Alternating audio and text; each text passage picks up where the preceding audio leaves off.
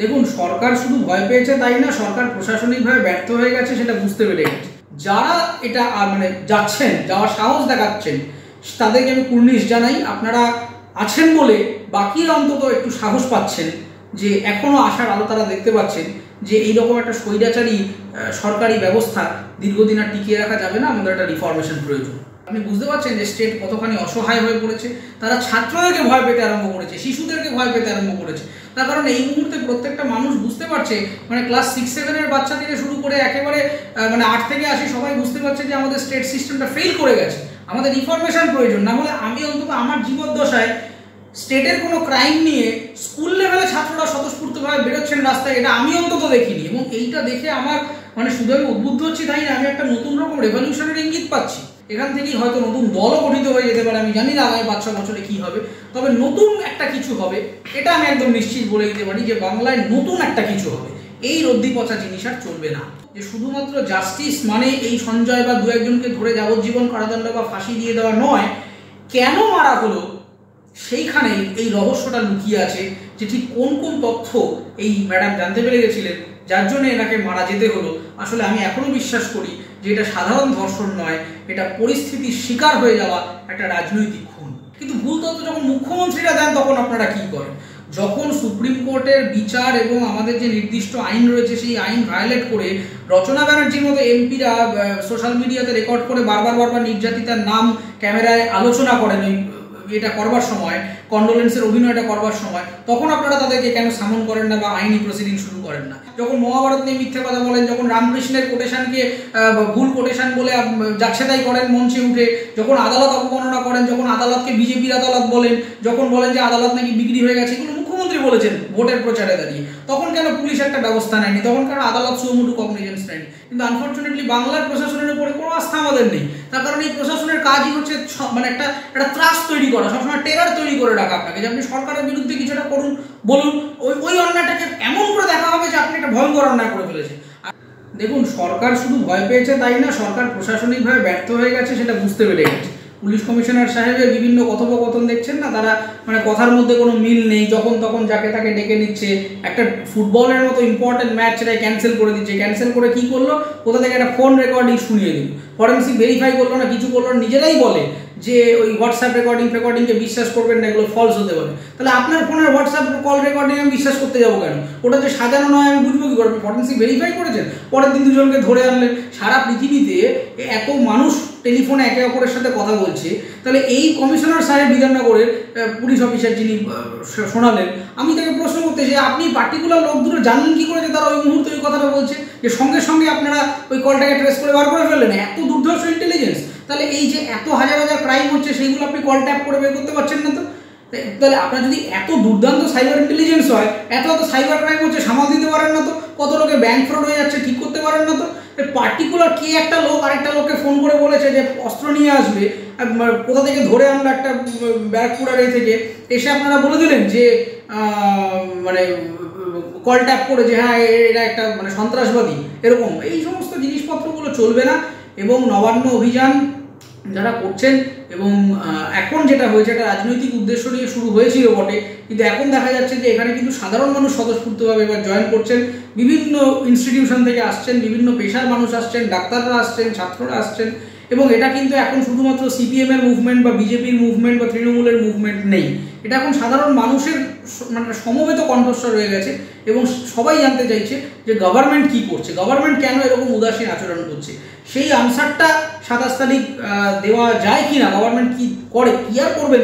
Police দিয়ে লাঠিপেটা করবেন, মানুষের উপর অত্যাচার করবেন, গণতান্ত্রিক মুভমেন্টকে চাপা দিয়ে দেওয়ার চেষ্টা করবেন, এগুলোই হবে। কিছু মানুষের তারা গুরুতর আহত হবেন, আনফর্চুনেটলি একটা বিশৃঙ্খলা সৃষ্টি করার চেষ্টা করবে। কিন্তু তবুও আমি বলবো, যারা এটা যাচ্ছেন, যাওয়ার সাহস দেখাচ্ছেন, তাদেরকে আমি কুর্নিশ জানাই। আপনারা আছেন বলে বাকিরা অন্তত একটু সাহস পাচ্ছেন, যে এখনো আশার আলো তারা দেখতে পাচ্ছেন, যে এইরকম একটা স্বৈরাচারী সরকারি ব্যবস্থা দীর্ঘদিন আর টিকিয়ে রাখা যাবে না, আমাদের একটা রিফরমেশন প্রয়োজন।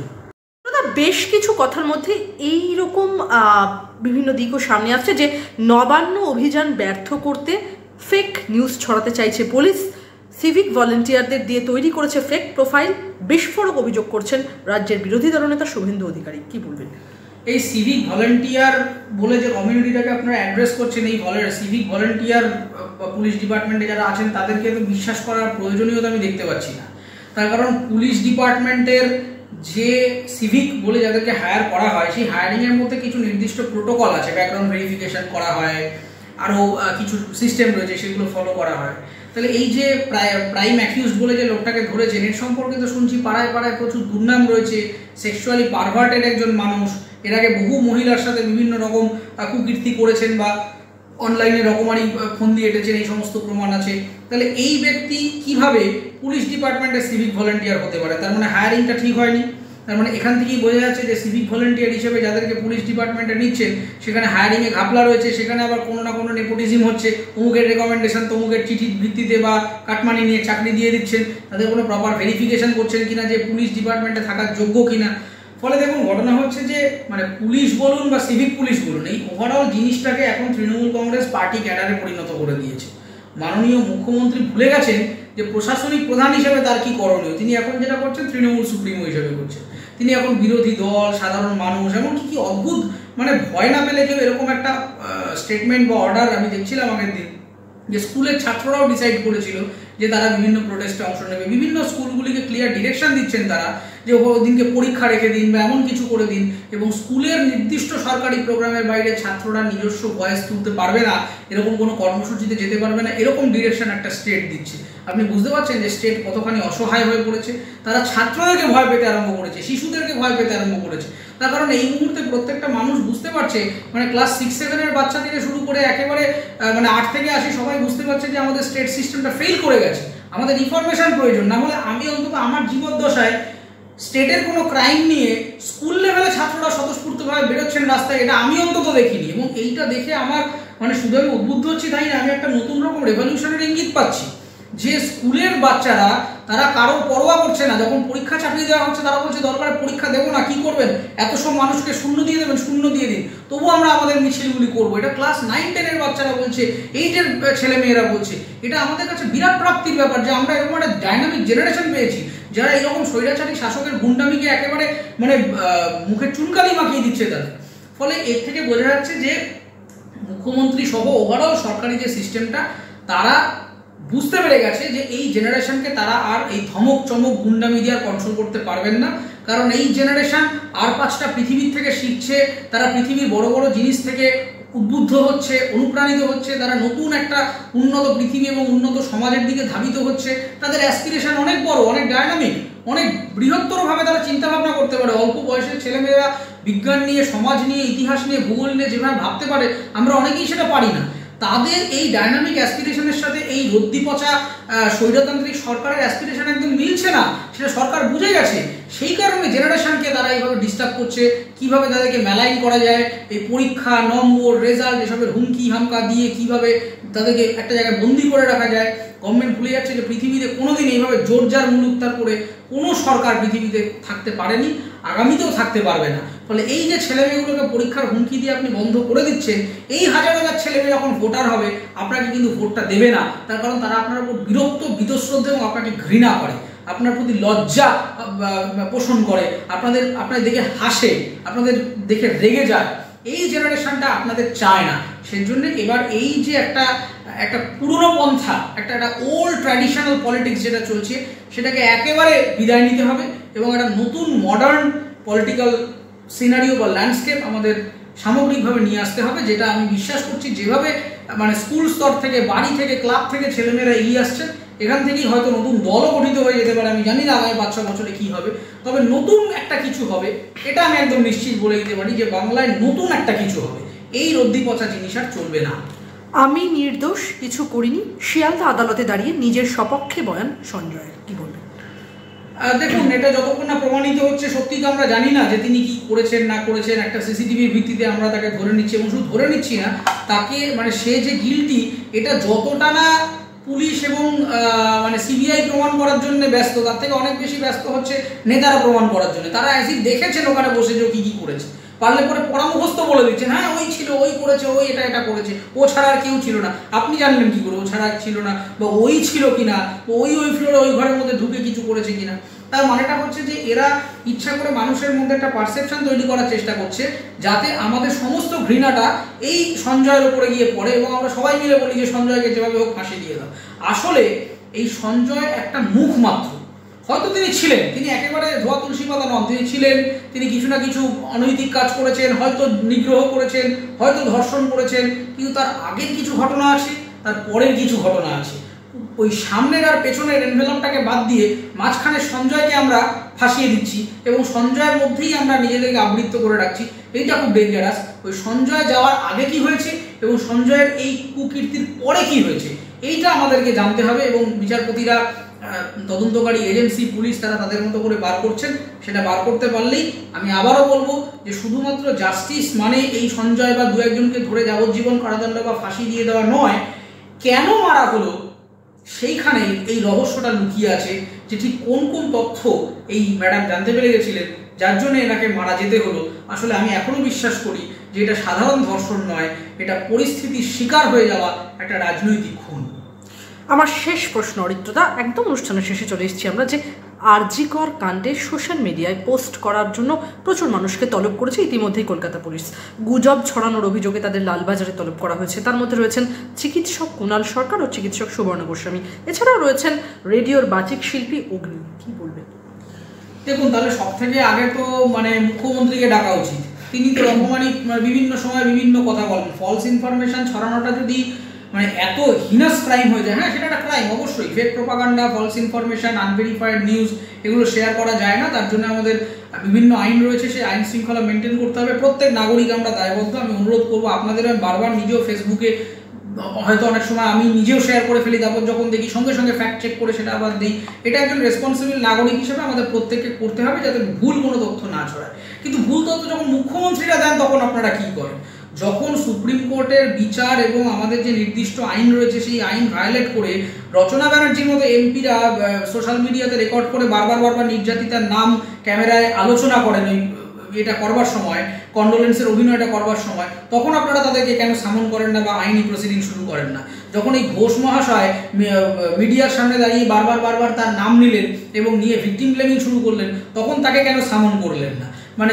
সাধারণ মানুষ ভুল করলে সেটা ভুল, আর নেতা মন্ত্রী আপনাদের পেয়াদারা করলে সেটা খুব ঠিক হয়ে যাচ্ছে।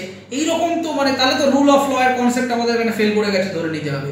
অন্যায় প্রত্যেকের অন্যায়, সেটা যদি মাননীয় প্রধানমন্ত্রী ও মুখ্যমন্ত্রী করেন সেটাও অন্যায়, আবার যদি পাড়ার পাঁচু করে সেটাও অন্যায়। ফলে ফলস ইনফরমেশন ছড়ানো, মিথ্যে কথা বলা, যখন মহাভারত নিয়ে মিথ্যে কথা বলেন, যখন রামকৃষ্ণের কোটেশনকে ভুল কোটেশন বলে যাচ্ছে তাই করেন মঞ্চে উঠে, যখন আদালত অবমাননা করেন, যখন আদালতকে বিজেপির আদালত বলেন, যখন বলেন যে আদালত নাকি বিক্রি হয়ে গেছে, এগুলো মুখ্যমন্ত্রী বলেছেন ভোটের প্রচারে দাঁড়িয়ে, তখন কেন পুলিশ একটা ব্যবস্থা নেয়নি? তখন কেন আদালত সুমোটো কগনিজেন্স নেয়নি? নেওয়া উচিত ছিল। তার মুখ্যমন্ত্রী ক্ষমা চেয়েছেন আজ অব্দি একটা, যে তিনি কত বড় কাণ্ড করেছেন, কলকাতা হাইকোর্টের সম্পর্কে এরকম দাঁড়িয়ে বলছেন যে আদালতটা বিজেপির কথায় উঠে বসে। সিবিআইডির কথা ছেড়ে দিন, তাদের তো কোনো মান সম্মানই নেই বাংলায়, কিন্তু আদালতকে পর্যন্ত অবমাননা করেছেন। কি হয়েছে? তারা ভুল করছেন না? তারা সমস্ত এগুলো সততার প্রতীক করছেন? কি মেসেজ দিচ্ছে আমরা সোসাইটিকে যে এগুলো করা যায়? আপনার কারোর উপর রাগ হলে আপনি বলবেন যে আমি আপনাকে মানি না, তাহলে সাধারণ মানুষ যদি আইন অমান্য করতে শুরু করেন তখন তো আপনারা বিপদে পড়ে যাবেন। আমরা এখনো ভারতীয় সংবিধানের প্রতি শ্রদ্ধাশীল এবং ভারতীয় বিচার ব্যবস্থা এবং প্রশাসনের প্রতি আমাদের সামান্য আস্থা আছে বলেই আমরা কিন্তু সুপ্রিম কোর্ট যেভাবে নির্দেশ দিচ্ছেন আমরা কিন্তু সেইভাবে এগোচ্ছি। চিকিৎসকদের অনুরোধ করা হলো যে আপনারা ধর্মঘটটা চালিয়ে যাওয়ার পাশাপাশি আস্তে আস্তে কাজ রিজিউম করুন। এইমস সহ সমস্ত বড় বড় হাসপাতালে চিকিৎসকরা কিন্তু আস্তে আস্তে রিজিউম করলেন। তারা এখনও সামান্য আস্থা কিন্তু রাখছেন, কিন্তু আনফর্চুনেটলি বাংলার প্রশাসনের উপরে কোনো আস্থা আমাদের নেই। তার কারণ এই প্রশাসনের কাজই হচ্ছে একটা ত্রাস তৈরি করা, সবসময় টেরার তৈরি করে রাখা আপনাকে, যে আপনি সরকারের বিরুদ্ধে কিছুটা করুন, বলুন, ওই অন্যায়টাকে এমন করে দেখা হবে যে আপনি একটা ভয়ঙ্কর অন্যায় করে ফেলেছেন। আর সারা বছর ধরে বিভিন্ন নেতা মন্ত্রীরা দুনিয়ার অত্যাচার করে যাচ্ছে, মিথ্যে কথা বলে যাচ্ছে, আদালত অবমাননা করে যাচ্ছে, গালাগালি করছে, সাধারণ মানুষকে মারছে, ধরছে, সেইগুলো সব একেবারে সততার প্রতীক। ফলে এই ভণ্ড প্রশাসনিক ব্যবস্থা এটা একেবারে ব্যর্থ এবং সেই কারণেই আমার মনে হয় যে ছাত্ররা যে আন্দোলনটা শুরু করেছেন একদম সঠিক জায়গা থেকে আমরা ধরেছি। আমাদের জেনারেশন লেভেল থেকে চেঞ্জ করতে হবে এবং তবেই আগামী 5, 10, 15 বছরের মধ্যে একটা নতুন পশ্চিমবঙ্গ, যেখানে আমরা একটা নতুন রকমের রিফরমেশন দেখতে পাবো, একটা নতুন ভারতবর্ষ দেখতে পাবো, যেখানে এই ধরনের এই রদ্দি পচা 100% করাপ্টেড একটা সিস্টেম সেইটা থাকবে না। আমরা একটা নতুন সমাজ দেখতে চাই। এই ভারতবর্ষের বুকে পশ্চিমবঙ্গের যে ঋত গৌরব আমরা পুনরুদ্ধার করতে চাই, যে উজ্জ্বল ইতিহাস আমাদের রয়েছে। আমাদের এখান থেকে সমাজ সংস্কার শুরু হয়েছিল। আমাদের এখান থেকে আমরা ব্রিটিশদেরকে ভয় পাইয়ে দিয়েছিলাম যে আমাদের যে জ্ঞান, আমাদের যে ডাইনামিক, আমাদের যে সমাজ চিন্তা, সেইগুলো ওয়েস্টার্ন কান্ট্রিরা দীর্ঘবার বহুবার ইনফ্লুয়েন্সড হয়েছেন, ইন্সপায়ার্ড হয়েছেন আমাদের কাছ থেকে। সেই পশ্চিমবঙ্গের আজকে কিভাবে সামাজিক ভাঙন, ফলে ছাত্ররা যেভাবে নতুন একটা পশ্চিমবঙ্গের ধারণা তৈরি করছেন ভারতবর্ষের বুকে, এটা অত্যন্ত ভালো জিনিস। এবং আমরা এই নতুন একটা সমাজ দেখতে চাইছি, যেখানে ডাইনামিক অ্যাসপিরেশন থাকবে, যেখানে একটা সততা থাকবে, যেখানে ট্রান্সপারেন্ট কমিউনিকেশন থাকবে। যেই সরকারটা মানুষের হয়ে কাজ করবেন, মানুষের কথা শুনবেন, শুধুমাত্র নিজের পকেট ভরানোর জন্য সরকার চালিয়ে কোনো লাভ নেই বলেই আমি মনে করি। আমাদের অতি দ্রুত স্বচ্ছ গণতান্ত্রিক উপায়ে নির্বাচন প্রয়োজন। যে কথা এর পরের প্রশ্নটাই আসছে যে টাকা 9/6 থেকে মেডিকেলের বর্জ্য পাচার, সন্দীপ ঘোষের বিরুদ্ধে রয়েছে ভুরি ভুরি সব অভিযোগ। কেন সন্দীপ ঘোষ এত প্রিয় পাত্র, কি বলবেন? দেখুন, চোর তো চোরের বন্ধু হবেই, তো সেই কারণে এখানেও একজন দুর্নীতি পরায়ণ আরেকজন দুর্নীতি পরায়ণের বন্ধু হয়ে উঠেছেন। একটা সরকারি ব্যবস্থা আদ্যন্ত ফেইলিয়ার হয়ে গেছে। একজন লোক, কি মজার ব্যাপার, মিথ্যে কথা বলতে বলতে বেসলেসলি মিথ্যে কথা বলতে আরম্ভ করেছে একটা গভর্নমেন্ট সিস্টেম। একটা লোক, তিনি সকালবেলা প্রেসের সামনে এই বিবৃতি দিলেন যে আমার সন্তান সমূহ একজন মেয়ের এরকম ঘটনা ঘটেছে, আমি লজ্জিত এবং আমি নৈতিকভাবে ব্যর্থ হয়েছি, এরকম টাইপের তিনি একটা স্টেটমেন্ট দিলেন। দিয়ে তিনি নিজের চাকরিজীবী হিসেবে নিজের ব্যর্থতার দায় স্বীকার করে তিনি পদত্যাগপত্র জমা দিলেন। স্টেট গভর্নমেন্ট কেন তার পদত্যাগপত্রটা গ্রহণ করলো না? কেন করলো না? ওই ব্যক্তি একেবারে পৃথিবীর শ্রেষ্ঠ চিকিৎসক নাকি ঘোষবাবু? আর রাজ্যে চিকিৎসক নেই? ওই জায়গায় আর কাউকে অ্যাপয়েন্ট করা যেত না? এত এত বেকার যুবক যুবতী বসে রয়েছে, আমরা সেখান থেকে নতুন হায়ারিং করতে পারতাম না? আমার এই ঘোষবাবুকেই কেন লাগবে? এইটা খুব ইম্পর্টেন্ট প্রশ্ন। এবং সেই দিনকেই আবার বিকেলবেলা কোথায় তার এইটা পদত্যাগপত্রটা রিভিউ করা হবে, সেটাকে অ্যাকসেপ্ট করা হবে, বা আরও তার এগেনস্টে অ্যাডভান্স লেভেল কোনো ইনভেস্টিগেশন করা যায় কিনা সেটা দেখতে হবে, যে কেন ছাত্ররা এরকম ধরনের অভিযোগ করছেন, দিনের পর দিন করছেন। এর আগেও আমরা ফেসবুকে দেখেছি ছাত্রদের তারা খেয়ে তিনি উসেন বোল্টের মতো দৌড়ে দৌড়ে পালাচ্ছেন। এই চিত্রগুলো যখন বছরের পর বছর আমাদের সামনে আসছে, তখন স্টেট কেন ব্যবস্থা নেয়নি? এটা একটা প্রশ্ন।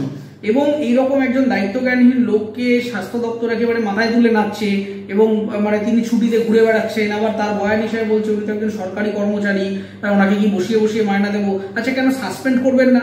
ঘাট ধাক্কা দিয়ে কেন বের করে দেওয়া হবে না ওনাকে ডিপার্টমেন্ট থেকে? উনি তো ডিপার্টমেন্টের এবং চিকিৎসা বিজ্ঞানের কলঙ্ক বলে আমি মনে করছি।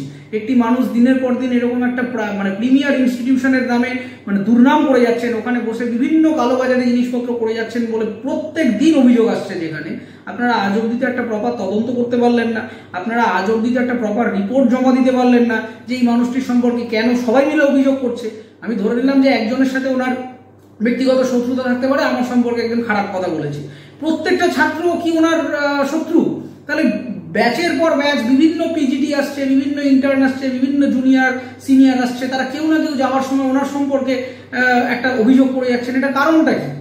সেই কারণটা তো দেখাটাও তো একটা অভিযোগ আসছে, অভিযোগটা আমি দেখবো না, সেটা ভেরিফাই করবো না? এত অভিযোগ আসছে, তা সত্ত্বেও আমাকে ধরে নিতে হবে যে উনি একেবারে সৎ মহান ব্যক্তি, তার জন্য তাকে একবার এখানে ওখানে সেখানে পোস্টিং দিয়ে দেওয়া হচ্ছে, একবার দিচ্ছে আবার সেটা রিভোক করে নিচ্ছে। এটা কি গভর্নমেন্ট সিস্টেম? একটা ডিসিশন নিতে পারেন না? এইভাবেই তো মন্ত্রীদের তো পদত্যাগ করা উচিত। আপনি একজনকে পোস্টে দিচ্ছেন, তারপরেই যখন পোস্টটা ভাইরাল হয়ে যাচ্ছে, লোকজন গালাগালি খাচ্ছে, আবার তলে তলে সেই পোস্টটা রিভোক করে নিচ্ছে। তারপরে আবার বয়ান দিচ্ছে যে না, এই সমস্ত ফেক নিউজ, ওনাকে কোনো পোস্টিং দেওয়া হয়নি, আমরা প্রথমে দিয়েছিলাম, অর্ডারটা সরিয়ে নিয়েছি। আরে দিয়েছিলেন কেন? আপনি কি জানেন না যে একটা এরকম দুর্নীতিপরায়ণ লোককে চাকরি থেকে বরখাস্ত করতে হয়? তাকে আপনি 1 মাস বা 2 মাস বা 3 মাসের জন্য সাসপেন্ড করুন, যতক্ষণ না পর্যন্ত তিনি ইনোসেন্ট প্রমাণিত হচ্ছেন। আপনি তাকে দিনের পর দিন বিভিন্ন জায়গায় চাকরিতে রেখে যাচ্ছেন। নিশ্চয়ই আপনার এই লোকটিকে প্রয়োজন, এবং এই লোকটি নিশ্চয়ই এমন কোনো থ্রেট জেনারেট করছে সরকারের উপরে। সরকারের নিশ্চয়ই কোনো না কোনো ঘাপলার তথ্য এই লোকটার কাছে আছে। এবার সেটা কি ধরনের ঘাপলা, কতটা প্রভাবশালী ঘাপলার তথ্য, সেটা আমাদের কাছে এখন আশ্চর্যের বিষয় যে সরকার ভয় থাকছে একটা লোককে নিয়ে। একজন সরকারি কর্মচারী আর 5 জন সাধারণ সরকারি কর্মচারী যদি দুর্নীতি করেন, কোথাও থেকে টাকা চুরি করেন, কোথাও অফিসে কোনো রকম নিউসেন্স ক্রিয়েট করেন, তার চাকরিটা থাকবে? পরের দিনই তো সাসপেনশন নোটিশ তাকে ধরিয়ে দেওয়া হবে। তাহলে এই সরকারি কর্মচারীর ক্ষেত্রে এত স্পেশাল অ্যাডভান্টেজ কেন? কি এমন এনার প্রভাব রয়েছে আমার সরকারি ব্যবস্থার উপরে?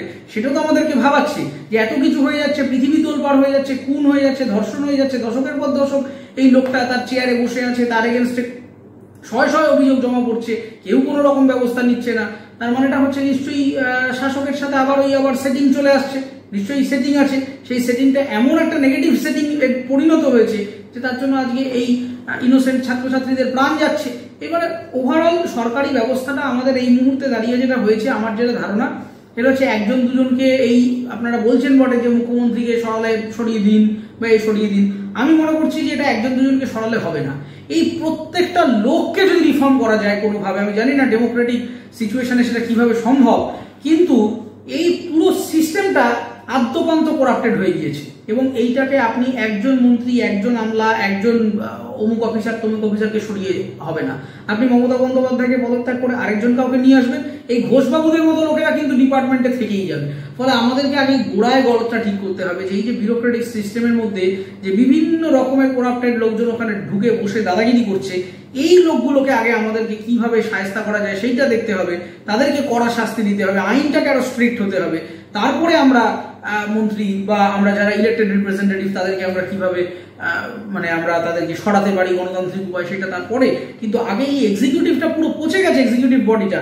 আপনি যদি দেখেন প্রত্যেকটা অফিসে করাপশন, একটা পেনশন আনতে যাবে একটা বয়স্ক মানুষ, সেখানে কাটমানি চাইবে, ব্যাংক অ্যাকাউন্ট খুলতে যাবে সেখানে একটা বিশৃঙ্খলা করবে, কোথাও চাকরির জন্য যাবে, ফর্মের জন্য যাবে, কিছু একটা প্রজেক্ট অ্যাপ্রুভালের জন্য যাবে, প্রত্যেক জায়গায় এদের টাকা চাইবে, না হলে কোনো মেয়েদের থেকে আনডিউ অ্যাডভান্টেজ চাইবে, না হলে কোনো রকম ভাবে থ্রেট করবে, না হলে পলিটিক্যাল নেপোটিজম করবে যে অমুকের রেফারেন্স তমুকের রেফারেন্স, কোনো ক্রিমিনাল ক্রাইম করছে থানা থেকে আগে নেতার সাথে যোগাযোগ করে দিচ্ছে যে আচ্ছা এই লোক কি আপনার লোক, তাহলে একরকম ভাবে ট্রিট করছি।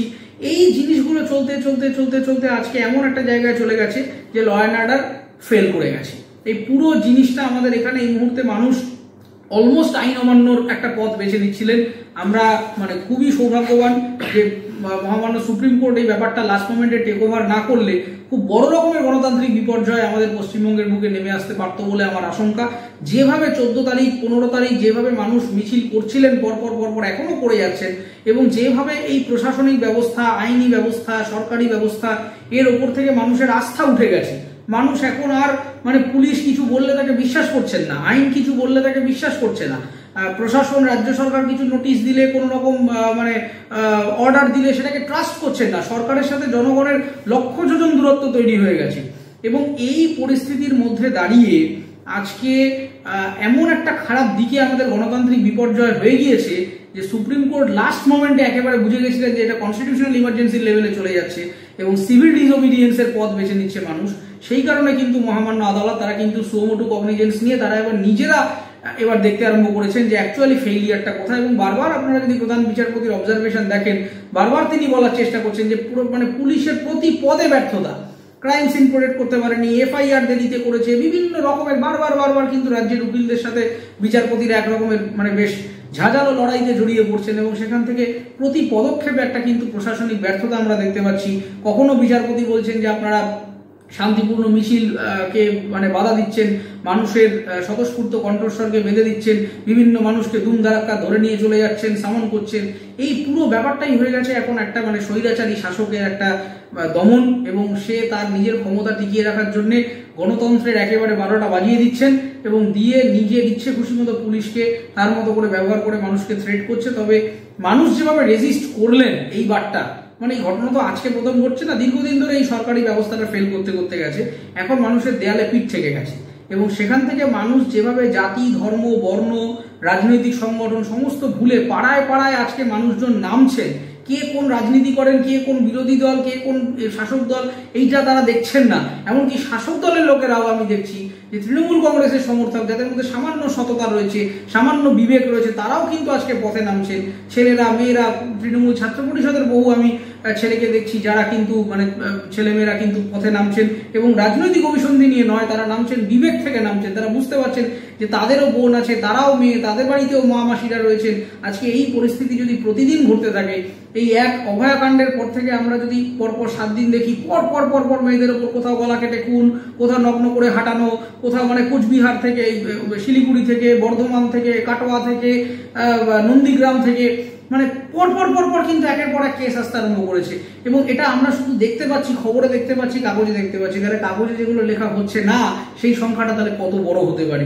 যে কেসগুলো রেজিস্টার হচ্ছে না, জিডি হচ্ছে না, এফআইআর হচ্ছে না, মেয়েরা হয়তো মুখ বুজে সহ্য করে নিচ্ছেন, অথবা মেয়েরা বেরিয়ে আসতে পারছেন না এখনো সামাজিক প্রতিবন্ধকতার জন্য, সেই সংখ্যাটা তো তাহলে এর থেকে অনেক বেশি।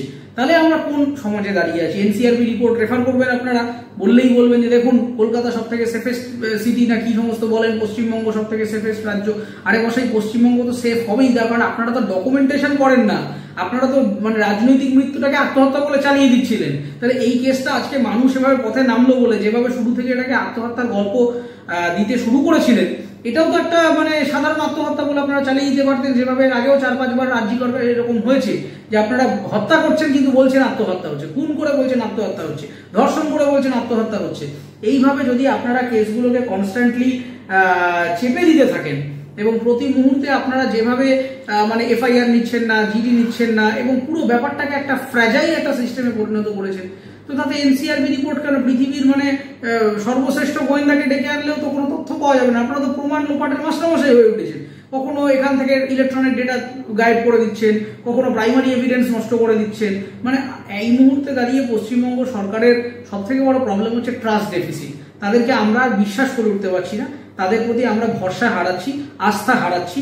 এবং এই মুহূর্তে আমার যেটা মনে হয় যে একটা স্বচ্ছ নির্বাচন প্রয়োজন, এবং সেখানে মানুষকে সঠিকভাবে ভোট দিতে হবে। আপনারা বলবেন ভোট স্বচ্ছ হচ্ছে, কিন্তু পাড়ায় পাড়ায় গ্রামগঞ্জে কিভাবে ভোট হয় সেটা আমরা জানি। মেরে ধরে মানুষের ভোটার কার্ড কেড়ে নিয়ে এইভাবে যদি কেউ সরকারে আসতে চায়, সেই সরকার আমি চাই না। আমি চাই যে মানুষ স্বতঃস্ফূর্তভাবে ভোট দিক। তারা যদি মনে করেন যে মমতা বন্দ্যোপাধ্যায় এবং তৃণমূলী সঠিক সরকার, তারা দেবেন, কিন্তু ভোটটা যেন স্বতঃস্ফূর্ত হয়। মানুষ যেন, প্রত্যেকটা মানুষ যাতে সেখানে উপস্থিত হয়ে কোনো রকম কারো ইনফ্লুয়েন্স ছাড়া, ধমক ছাড়া, হুমকি ছাড়া স্বাধীনভাবে তার বোতামে যেন তিনি তার প্রতিনিধিকে নির্বাচন করতে পারেন। এইরকম একটা নির্বাচন আমাদের খুবই প্রয়োজন। না হলে ভারতবর্ষের গণতন্ত্র, মানে এই মুহূর্তে পশ্চিমবঙ্গের ওভারঅল গণতান্ত্রিক বিপর্যয় আসন্ন।